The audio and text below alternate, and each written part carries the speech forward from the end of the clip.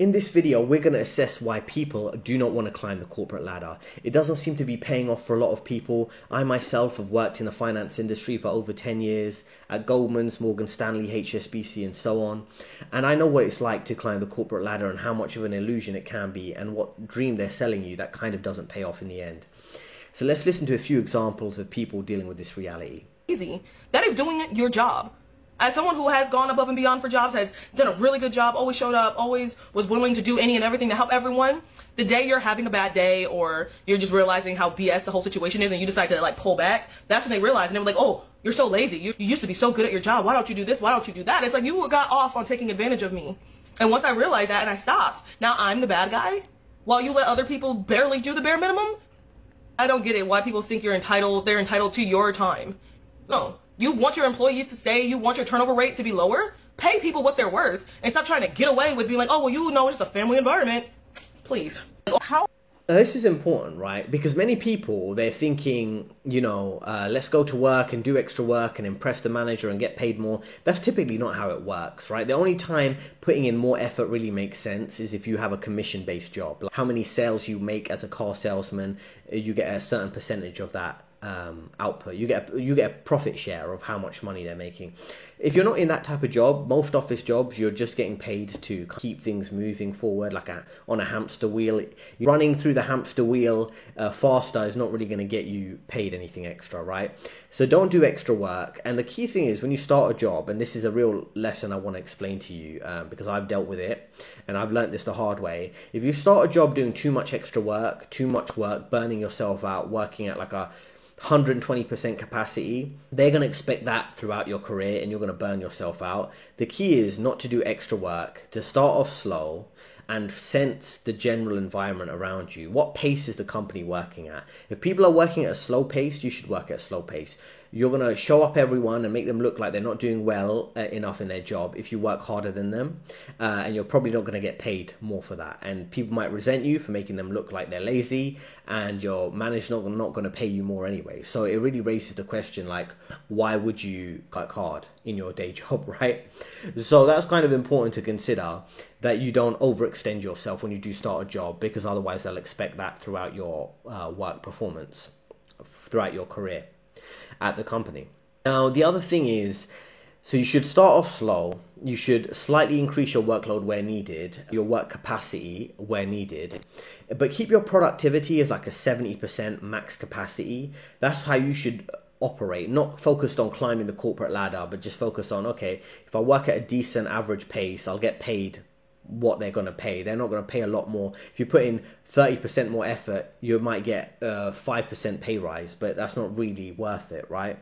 So kind of work at a steady pace.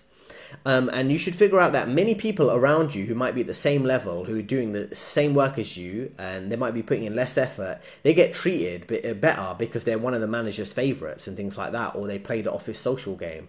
I know many people who I've worked with at some of those major companies where they might dedicate, I would say, 1 to 2 hours or more a day, not doing the work, but just going around and networking around the office. And when I say networking, I'm joking around with co-workers, chit-chatting about, sports or football or whatever, or the latest gossip about a reality TV show with different co-workers, because that's how it works in this society. It's not really the hardest working, quiet person who gets paid the most. It's the person who's the most fake nice. And also what you should understand is, many times these companies, they're kind of bloated. They hire more people even though there's not enough work to do for lots of people. So you should exploit that and understand that sometimes you need to pull back, and if there's not much work to do, don't do a lot of work. Just kind of play along with the game and just pretend you're busy. Everyone in the workplace pretends they're busy.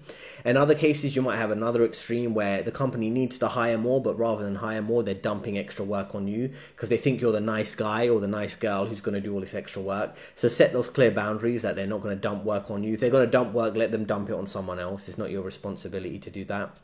And then also, I remember working with dealing with all these hypocritical double standards where it's like, why would you climb the corporate ladder when you have these double standards? I dealt with a manager who wanted everyone in the office 5 days a week. Meanwhile, he'd be in the office 3 or maximum 4 days a week, because even though he was working in London, in the London office, his family was living in a multi-million-dollar mansion in Ireland, and he would fly back every Wednesday night to work in Ireland, work from home on a Thursday and Friday to spend time with his wife and kids, because he came from a very privileged background, right? So this is the type of double standards you always have to deal with, and people expect you to just accept it. It's like, okay, cool, well, you get to work from home 2 days a week, we have to be in the office, and what's the reason for that? Aren't you more senior? Isn't it more important for your visibility to be seen in the office? So when you're dealing with all these type of double standards, it does get a bit jarring, and that's why you shouldn't climb the corporate ladder. It's typically not going to pay off. It's only going to pay off for maybe 2 to 5% of people. And if you're not the type of personality, if you're the type of personality that can see through the lies, you're probably watching this video, and you're probably someone who can see through all the lies you're being told. If you're someone who fits in with that corporate environment, which is increasingly a small percentage of people who fit in with all the woke ideology, who suck up to management and things like that, who don't mind paying extremely high tax as an employee, then you're probably just going to do well and succeed in that. But most people, you should see through the lies and learn from the tips I'm sharing of how to navigate that environment. Now, this woman has worked in HR and marketing and a few other different roles, and she has some good pieces of advice that I can further explain in terms of how it can help your career and navigate through the BS work environment.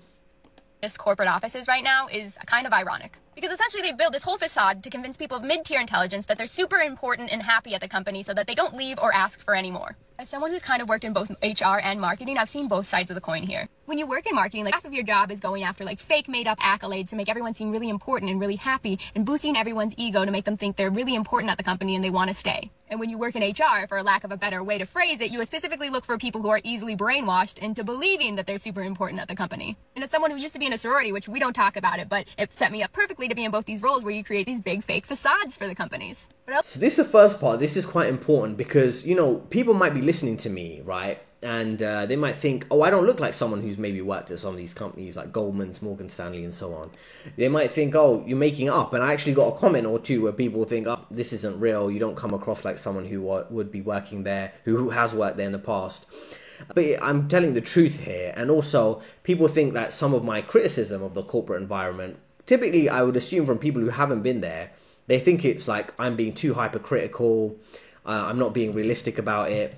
But I am being honest. And you've got another example here, right? Who's the woman we're listening to right now, who's being super honest with you. Like, okay, cool, things are quite fake. She worked in HR and marketing, I don't know which companies, but she's explaining how fake it is. That's very important. If you understand the mind games getting played in at the workplace environment and how they're trying to brainwash you, you should be careful of things. You don't ask for more work than what you're doing. Understand your job title's kind of fake. Her job, she admits, is fake in terms of the HR and marketing. It's just more about brainwashing, right? Everyone knows it's fake. The whole thing about the office environment is all fake, right? But it comes at your expense. It doesn't come at the company's expense. They're trying to trick you and brainwash you. That's why you should be outsmarting them. They're always going to be fine. You know, these are billion-dollar companies typically that you might be working for, multi-million-dollar companies, people at senior levels, multi-millionaires, not got any stresses in their life. And they know it's fake, but it's coming at your expense. It's coming at the expense of your time, your energy, your attention, your money, getting you to travel to the office when you can do your job working from home, right? Expending your energy doing extra work that you might not be getting paid extra hours for. You're using all up your attention. So in the evenings when you want to focus on maybe your side business, you can't because you're drained from your office job, right? Taking up your time. As I say, you know, there's so many time wasting meetings. This system is really like a propaganda machine that is lying to you. And you should be able to maneuver around that and try to manipulate it to make it work for you, like a big game of smoke and mirrors. And this is something she's very much acknowledging. You're looking for easily brainwashed employees who want to be corporate drones. You need to be able to be a bit like Neo in the Matrix, dealing with a bunch of Agent Smiths. Because a lot of your co-workers are like Agent Smith from the Matrix. They're just these corporate drones trying to control you. Because you can see through the lies. And that's why it's another thing important not to climb the corporate ladder, because you don't want to turn into an Agent Smith. You don't want to turn into one of these corporate drones because you can see through the lies. And as I say, if you're watching this channel, you probably want to figure it out and outsmart the system rather than have the system use you for a fancy job title that might not pay off financially.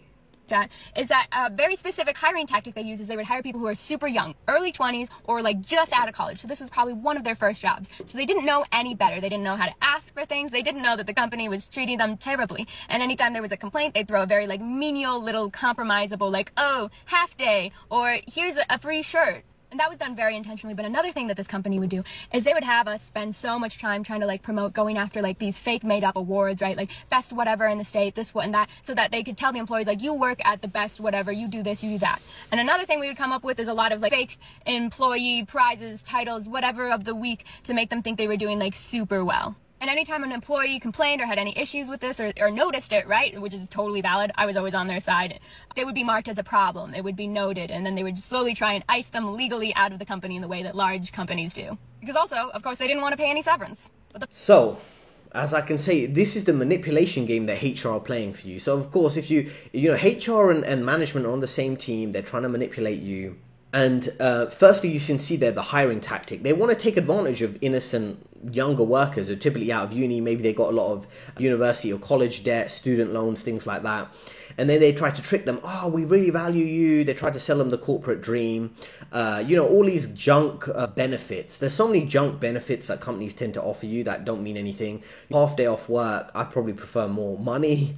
Free t-shirts, kind of company merchandise clothing.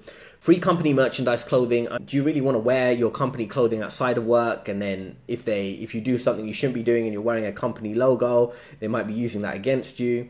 Company awards are not real. They have all these fake awards that are offered to you as an employee. You know, you might get the top employee of the month. You know, top company for DEI, work-life balance, things like that. All these company awards, firstly, the individual employee awards are fake. I remember seeing some employees who'd slaved away for 5, 10, 15 years at particular companies, and they get some weird, like, see-through glass award that they've worked 5 years at one company or the other. And it's just completely ridiculous. Like, I'd prefer a bonus if I'd worked for a company for 5 years rather than some pointless award. And a lot of the companies that win the awards themselves, so not the employee awards, the company awards, like the top company for DEI, top company for work-life balance, all of these type of awards, they're typically like major corporations who have contacts in the media and they can basically buy themselves an award. Like, a lot of award shows are fake. I'm sure the Grammys, the Emmys, things like that. A lot of these music TV awards are kind of fake too, right? So a lot of company awards are fake. You have a major company like Goldman Sachs or Morgan Stanley. They might know major employee review companies like Glassdoor, LinkedIn. They might manufacture an award and say, we're the top company for equality, which is such a generic term, and then give it to themselves essentially because they can buy off LinkedIn with a kind of business transaction or a joint venture, things like that. Now, a lot of other points to mention here is that she noticed that when someone's telling the truth and someone can see through the lies, they're typically cancelled. They're iced out the company, which is basically saying, you know, someone can see through all the corporate propaganda, maybe see through the lies around DEI, the lies about fair employee treatment, see through all the favoritism and things like that. They just manufacture narratives that you haven't got good performance. You're telling the truth about the fake narrative they're selling you, but then they'll build a fake narrative against you to get rid of you. So this is what I mean. Like, people like me who are telling you the truth, or in this case, this short video from her, this system doesn't want you knowing the truth. The same way they lie to you about everything, the same way you can go to a grocery store and half the food is full of junk chemicals that are bad for you. Me telling you the truth about your employment situation and the finance system, this system sees you as an outsider. Like, okay, they want to lie to you and they want to treat you like you're a slave, right? And also the type of people they promote and focus on, right, in a corporate environment, it's not people like me or you who can like see through the lies.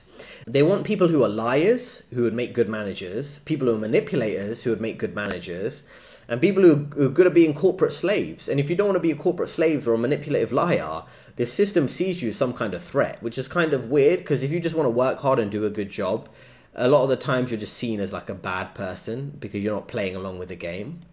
And that's another reason why you might not want to climb the corporate ladder, because you just want to do a good job and get paid a fair wage. But it's like they want all types of maniacal social personality disorders to succeed in the corporate environment. There were so many menial errors happening in the company that we never even ended up getting like a ton of work done. Or at least not as much as you would hope would happen in a corporate day. Because they would rather their employees be like stupid and sane than like productive with freedom and intelligent. So yeah, a lot of these jobs will intentionally make you go through like 4 or 5 rounds of interviewing, and a logical, regular...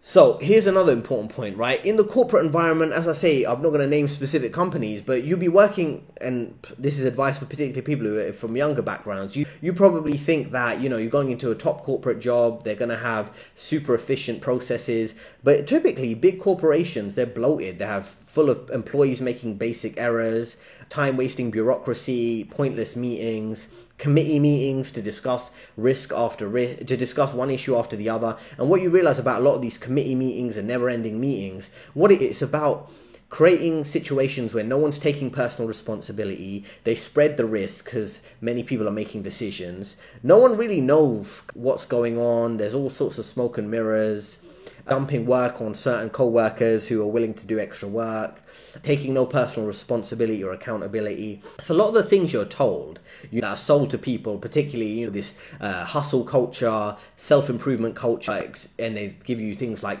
you be accountable, take extreme ownership of your life, right? And be hardworking, productive, and honest. This is the opposite of what you should do in the corporate environment. In your personal life, maybe on your side business or whatever you're focused on in your family, and being honest and honorable or virtuous, things like that. Those are all good characteristics.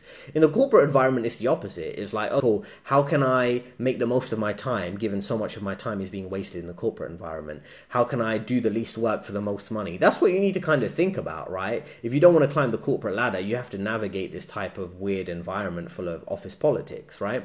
And realize you don't want to get blamed, so make sure the same way no one else is taking personal responsibility or accountability, you're not doing that.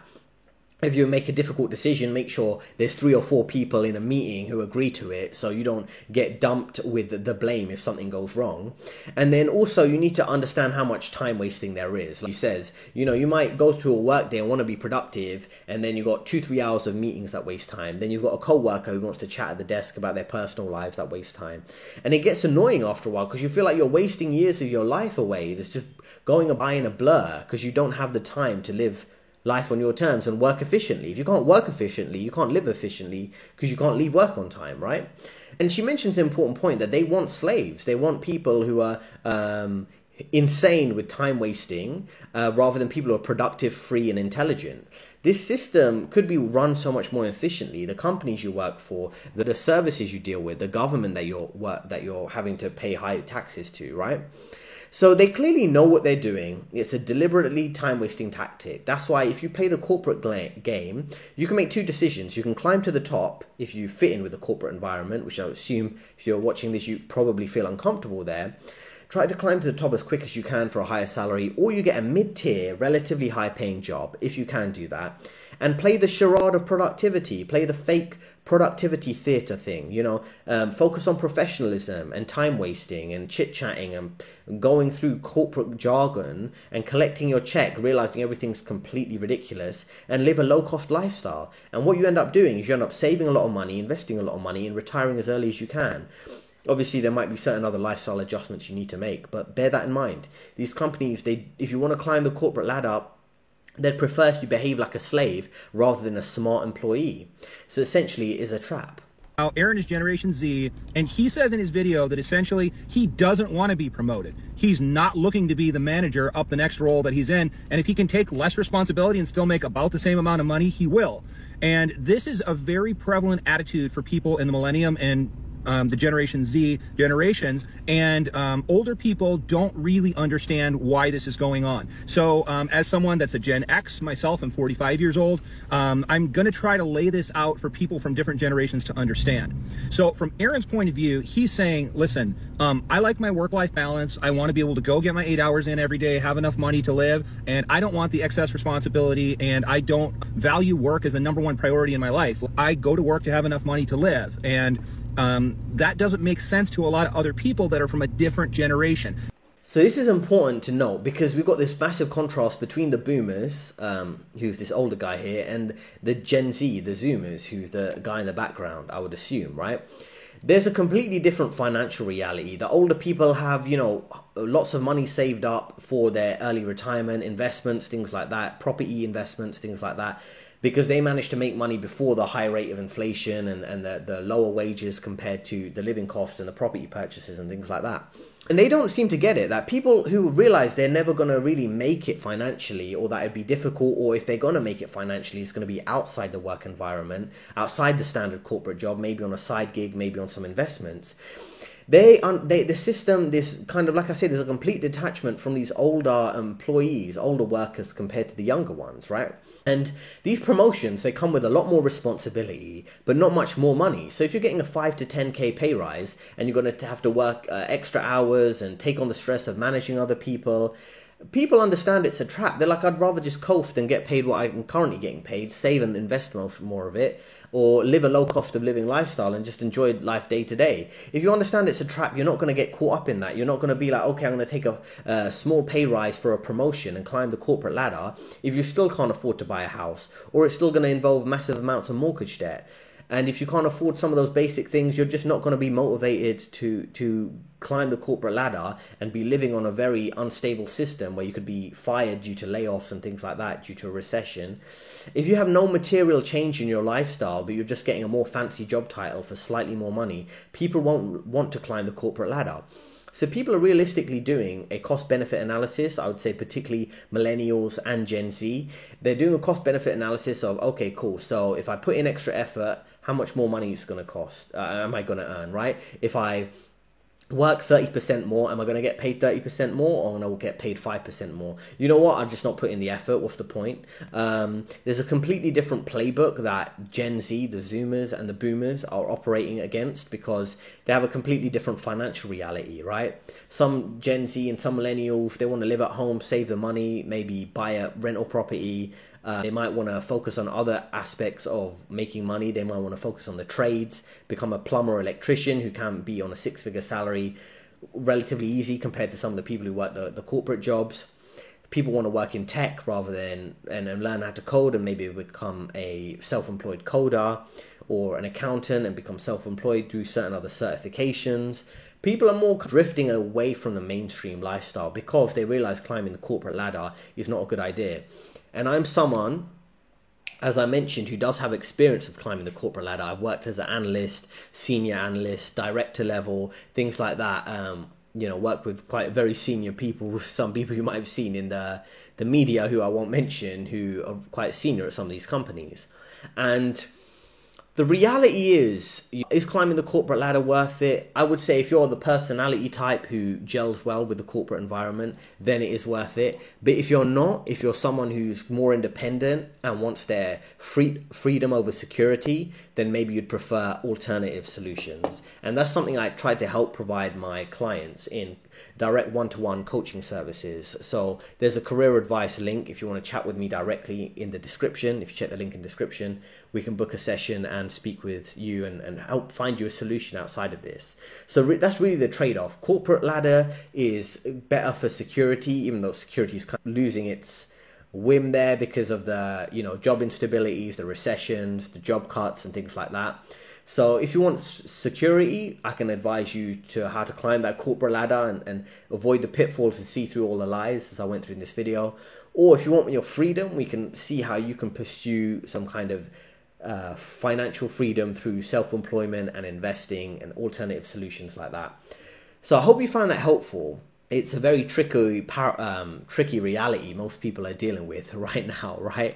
Because you never know who you can trust in the corporate environment. Your managers are lying to you, the government's lying to you, things like that, right? Everyone's kind of misleading you in this current era, right? Lots of propaganda from all types of avenues. So I hope you found that helpful. There is a link to contact me in the description. There are 2 recommended videos on the screen right now. Let me know in the comments if you've dealt with any type of corporate propaganda. I'm sure we'll have some funny stories in the comments. Thanks for listening, and I'll see you next time.